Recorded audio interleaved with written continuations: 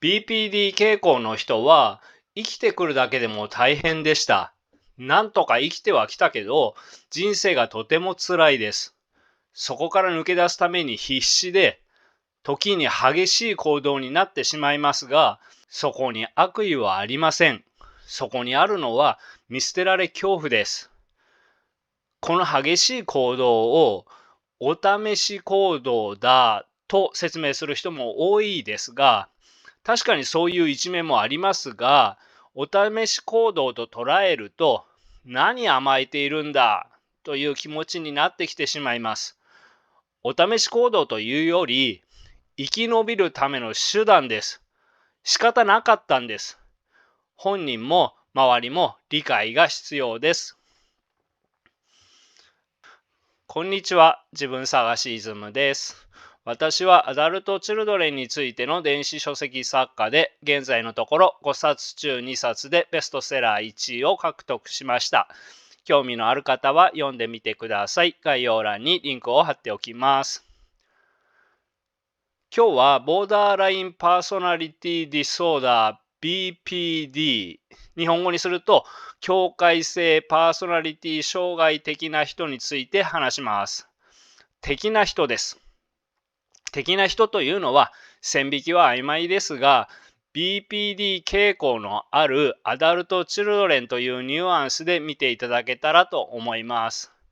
境界性パーソナリティ障害は、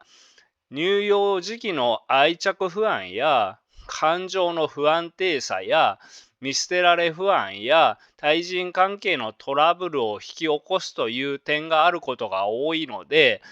アダルト・チルドレンと重なる部分があります。一部のアダルト・チルドレンにとっては、境界性パーソナリティ傾向を学ぶことは勉強になると思います。特に見捨てられ不安が強い方、感情の波が激しくて自分をコントロールできない方、自分には境界性パーソナリティ障害的な要素があるかどうかを知りたい方、自分は境界性パーソナリティ的な要素があるような気がする方、周りの人が境界性パーソナリティ的な人のような気がする方、自分はアダルト・チルドレンの範疇で対処すればいいのか、専門医の治療を検討するべきなのかの判断材料が欲しい方、このような方にぴったりな動画です。1、境界性パーソナリティ障害傾向のアダルト・チルドレンとはどんな人か。2、境界性の境界とは。3、境界性パーソナリティ障害とは。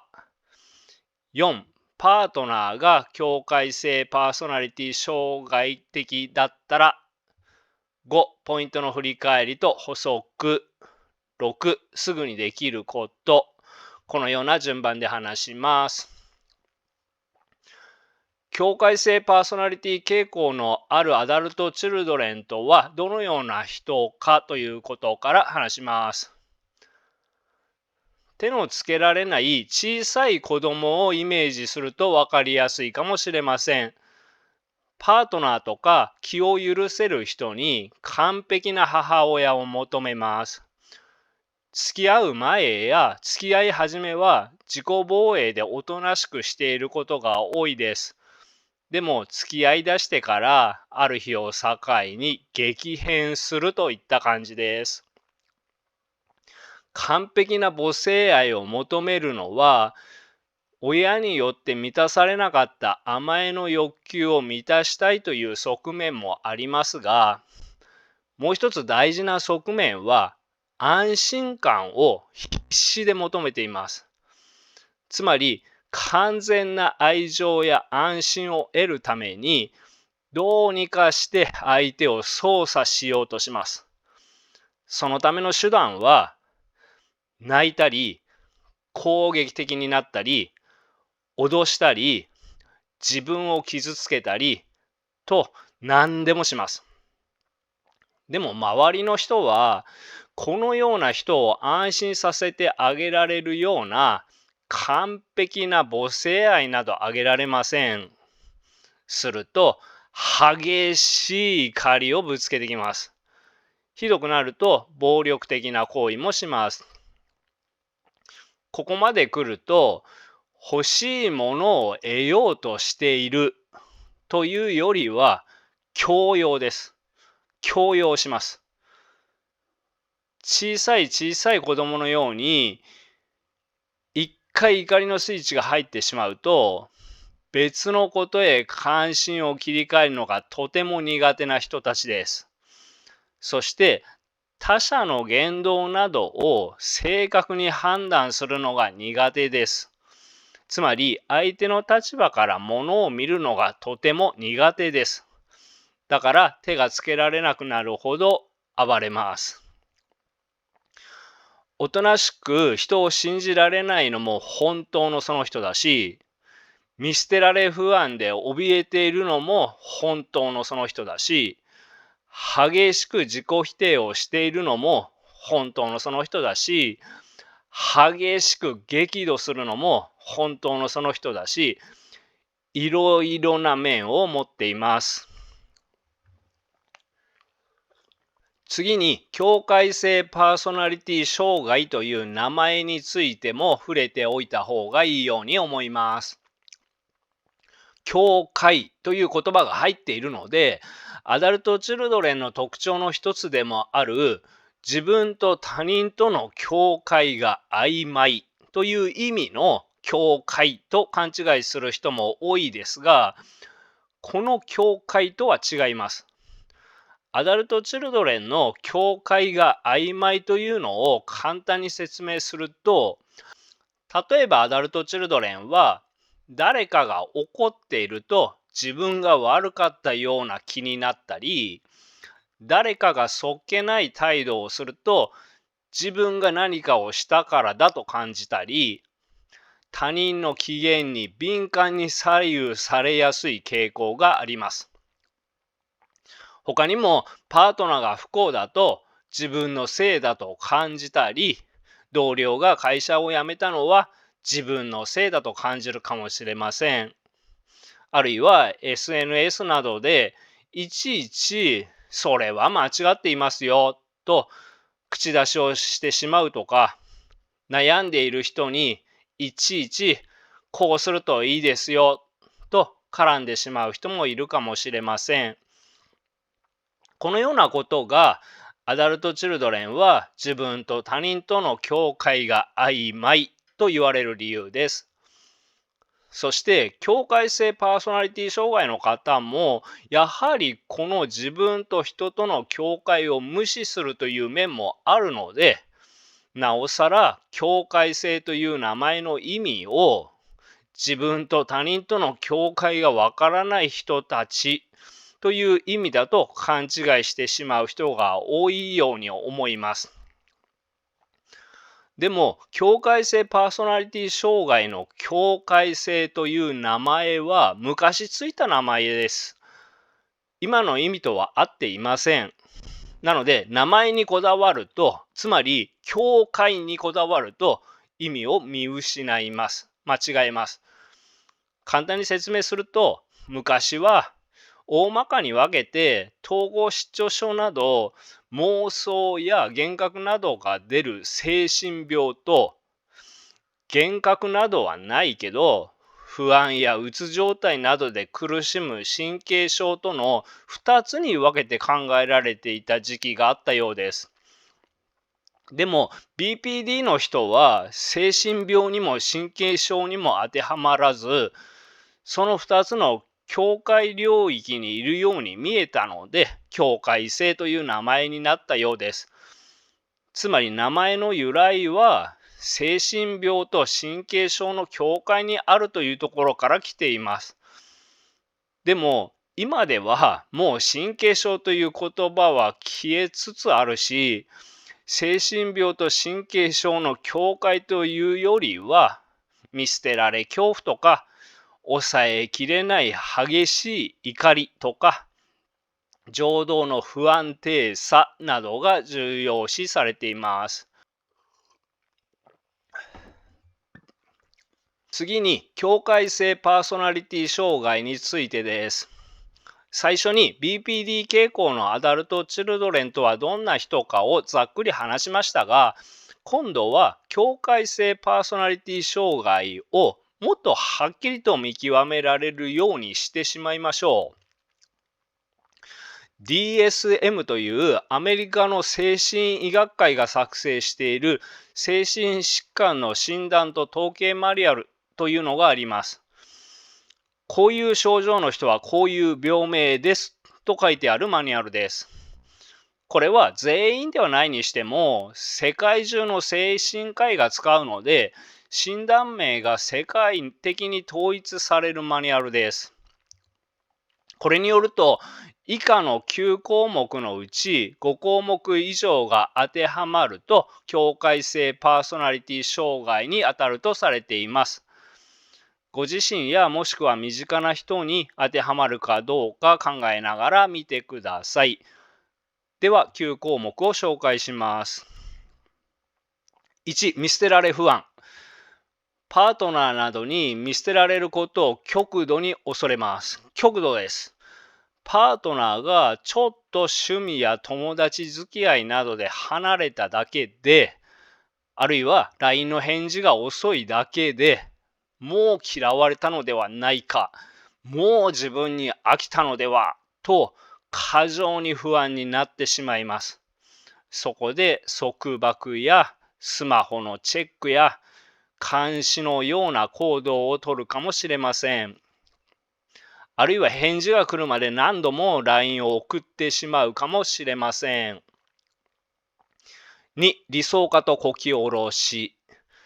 理想化とこき下ろしとは、初対面ですぐにこの人は理想の人だと感じてしまいます。ものすごく簡単に、ものすごく相手を尊敬します。ものすごくです。でも、ちょっと期待を裏切られると、一気に大嫌いになり、激怒します。ちょっと前までありえないぐらいものすごく尊敬していたのに、短期間であっちの端からこっちの端まで両極端です。3、自己像の混乱。自己像が混乱しているとは、自分の価値観とか好みが定まっていなくて、ポンポン変わります。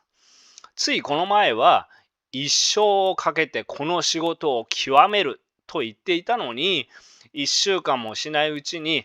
私は社畜にはなりたくないと真逆なことを言ったりします。仕事に限らず自分という核がないので、自分はこれを軸に生きていこうというのができません。そこで好きなブランドや趣味なども頻繁に変わります。4、自己破壊的衝動性。これは衝動的に自己破壊的な行動を繰り返すことです。すぐに短期的な快楽にはまり、後で後悔するといったことを繰り返します。例えば、ダイエットしているのに暴飲暴食をしてしまうとか、衝動的に高額商品を買いまくってしまうなどです。5、自傷行為など。ストレスや罪悪感がピークに達すると自傷行為などに走ることがあります。自傷行為などなので、それ以上のこともあり得ます。6、感情の不安定性。感情の浮き沈みが激しく、ちょっとしたことで高揚感から抑うつまで激しく動きます。朝は激しく怒っていたのに、午後には塞ぎ込んで泣いているといったこともよくあります。7、慢性的な虚無感。したいことがなく、心に穴が開いているような感覚で、何をしても満たされずに空虚感が常に続きます。8、制御困難な激しい怒り。ちょっとしたことで抑えきれない怒りや癇癪を爆発させたり、ひどい暴言を吐いたり、激しい怒りを爆発させます。自分では怒りを抑えることが難しいため、愛想をつかされてしまいやすいです。そして後で冷静になってから強い罪悪感や自己嫌悪感に襲われたりします。9、妄想や乖離症状。強いストレス状況下で被害妄想的になったり、乖離症状が現れます。例えば、極度の緊張時に目の前の人の何でもない言葉を攻撃的な言葉と感じ、過剰な応戦をしてしまうなどがそれです。以上の9項目です。このうちの5項目以上が当てはまれば、DSM 上は境界性パーソナリティ障害ということになってしまいます。でも、境界性パーソナリティ障害というのは、実際には見捨てられ不安や感情のコントロールの難しさが中核的な要素です。見捨てられ不安や情動の不安定さが当てはまらないのであれば、他の項目が5個以上当てはまっても、他の何らかの生きづらさの要因と関連があるかもしれませんが、境界性パーソナリティ障害だとは思わなくていいと思います。あるいは見捨てられ不安や感情のコントロールの難しさを含め5個以上当てはまっても、セルフジャッジと精神科医のジャッジは違いますので、決めつけはしないようにしてください。次に、パートナーが BPD 傾向の人だったらどうするべきか考えてみましょう。まず、診断が下りるような人であれば、あるいは手に負えないようであれば、迷わず受診を進めるべきです。でも、そこまでひどくなくても、対応可能なのであれば、寄り添ってあげたいと思う人もいるかもしれません。そうであるならば、理解が必要だと思います。境界性パーソナリティ障害になるのは、脳の問題や遺伝的要因もあるのですが、BPD 傾向になる人は多くの場合、小さい頃から親との間で良い愛着がないどころか、激しく責められていたり、ほったらかしにされていたり、実際に離婚などで捨てられていたり、もしくは死別だったり、暴力的なことをされていたり、性的なことをされていたり、とてもひどい環境で大きなストレス体験をしていることが多いです。そこで心が育っていない、人を信じられない、見捨てられる恐怖が強い、自己否定がすごい。このような喜怒哀楽の激しい状態になっています。そこで時に脅しのようなこともするし、暴力的なこともしますが、あなたを傷つけるために攻撃しているのではありません。あまりの怒りの激しさや眼差しの真剣さから、こちらを攻撃しているように思えてしまいがちですが、根っこは不安とか恐怖や親とか本人自身への怒りなどが詰まっています。つまり、自己愛性パーソナリティ障害の人とか、反社会性の人とかのように、相手を見下したり、本当の意味でのたちの悪い攻撃をしてきているのではないということです。BPD 傾向の人は、生きてくるだけでも大変でした。なんとか生きてはきたけど、人生がとても辛いです。そこから抜け出すために必死で、時に激しい行動になってしまいますが、そこに悪意はありません。そこにあるのは見捨てられる恐怖です。この激しい行動をお試し行動だと説明する人も多いですが、確かにそういう一面もありますが、お試し行動と捉えると、何甘えているんだという気持ちになってきてしまいます。お試し行動というより、生き延びるための手段です。仕方なかったんです。本人も周りも理解が必要です。その問題行動の中に恐怖が隠されていることは見逃してはいけない点です。そうは言っても、ずっとこのままであれば、こっちが参ってしまいます。自分が浮き輪になったつもりでも、しがみつかれて二人とも沈んでしまいます。そうならないために、再教育してあげるという感覚ではなくて、寄り添うという感覚が必要です。溺れている時に正しいことを教えてあげても、相手は耳に入りません。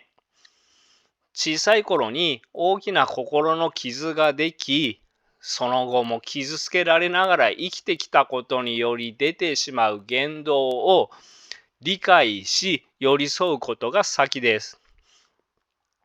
例えば心の浮き沈みが激しいですが、激しい落ち込みや怒りにも十分に共感してあげることが必要です。寄り添う中で相手の恐怖が薄れてきたら、もっと上手な生き方があるということを伝えていく時期です。もっと上手な生き方とは、例えば親から欲しかった愛情を拒否されて育っていたりすると、愛情を欲しがるのはいけないことだと思っていたりします。でも欲しがるのは悪いことではなく、求め方と度合いの工夫が必要であること、あるいは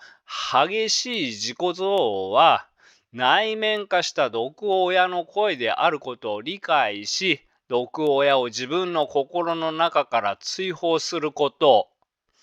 などです。ではポイントを振り返りながら補足します。境界性パーソナリティ障害とまではいかなくても、感情の浮き沈みがとても激しい、見捨てられ恐怖が強くてビクビク落ち込んでいたかと思えば、急に手がつけられないほどの激怒をする。激しく暴力的な行動をしたかと思えば、夜には自分を傷つけてしまう。後から後悔はするけど、抑えが効かずに暴走を繰り返す。このような人は、もともと気性の激しい遺伝子を持って生まれていたり、脳の扁桃体の過剰反応や前頭前野の抑制機能が低下しているというようなことも考えられます。ですが、BPD 傾向のアダルト・チルドレンは、暴力的な親に育てられていたり、ほったらかしにされていたり、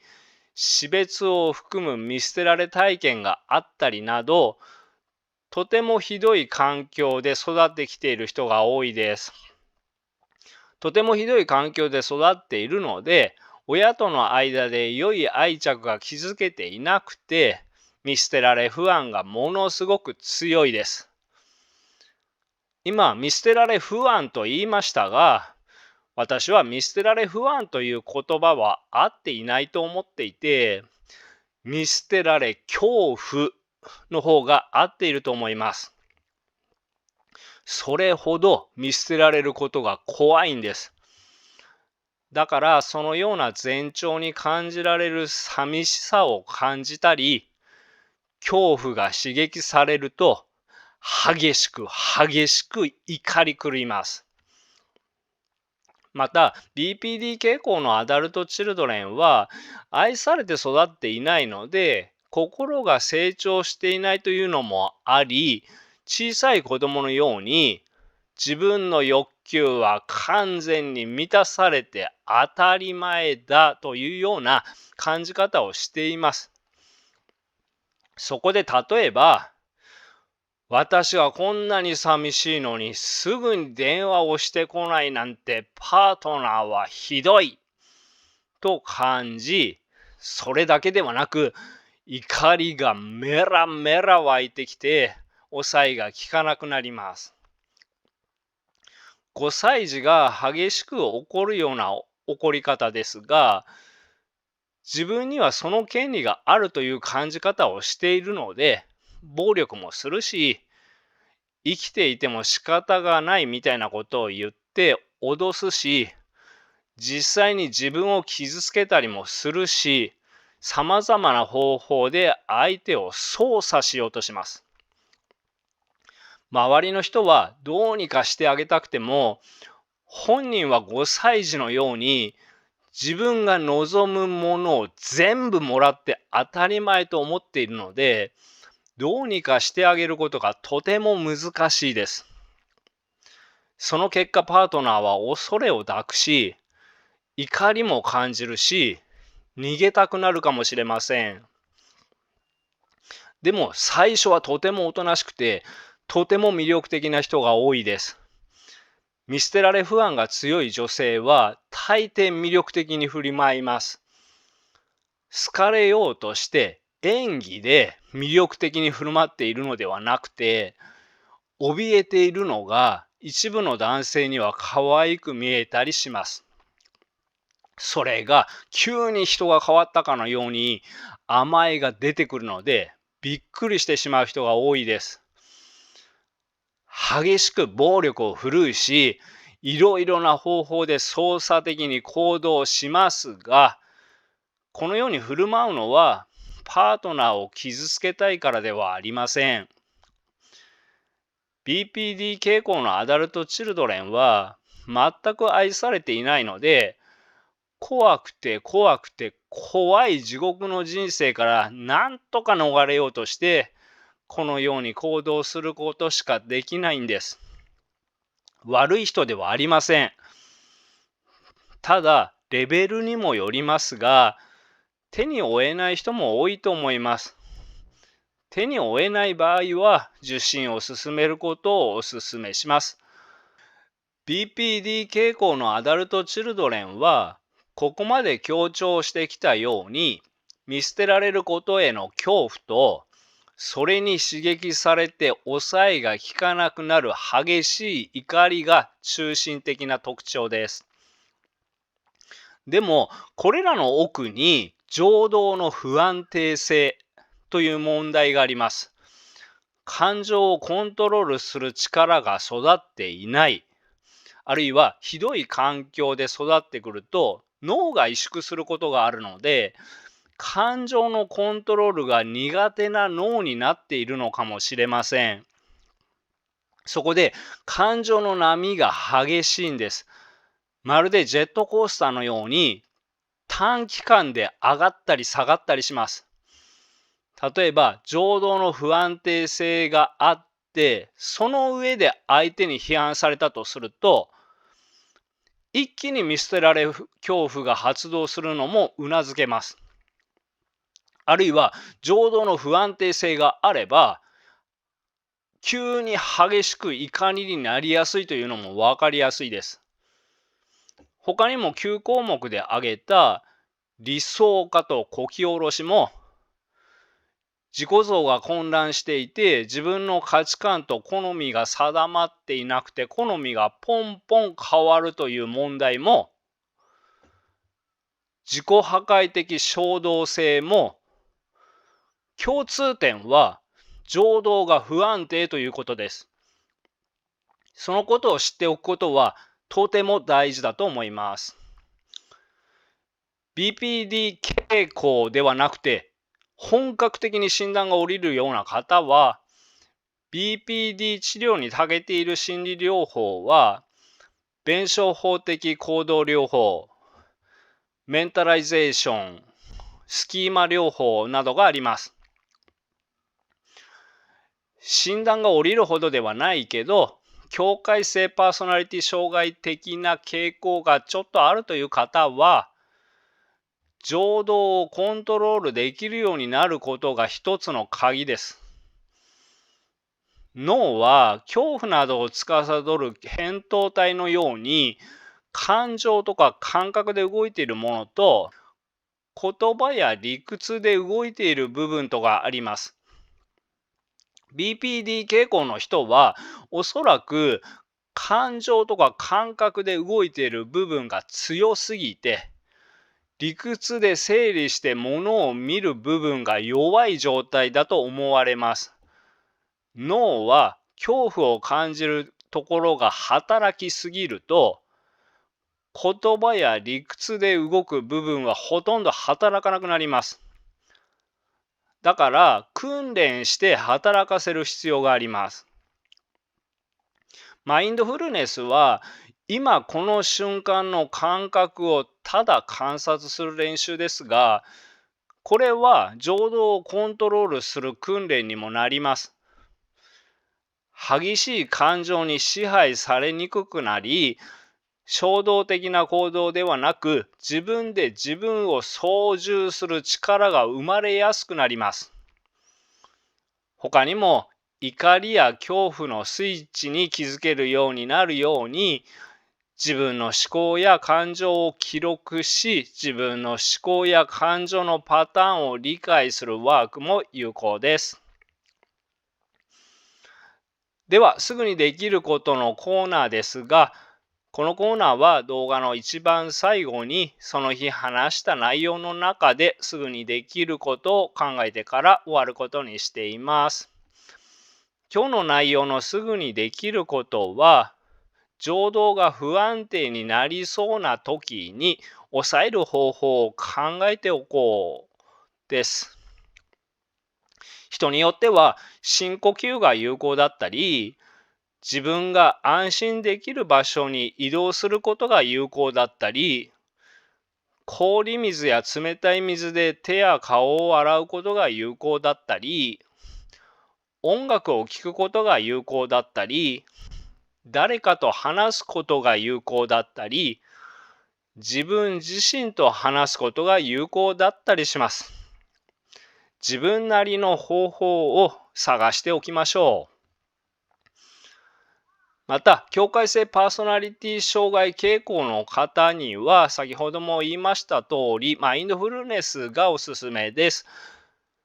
アダルトチルドレンが楽になるマインドフルネスという動画も参考にしてください。その他にも参考になる動画や再生リストを動画のすぐ下の概要欄に貼っておきます。はい、最後までご視聴ありがとうございました。では、仲間の皆さん、よかったら高評価、チャンネル登録をお願いいたします。バイバイ。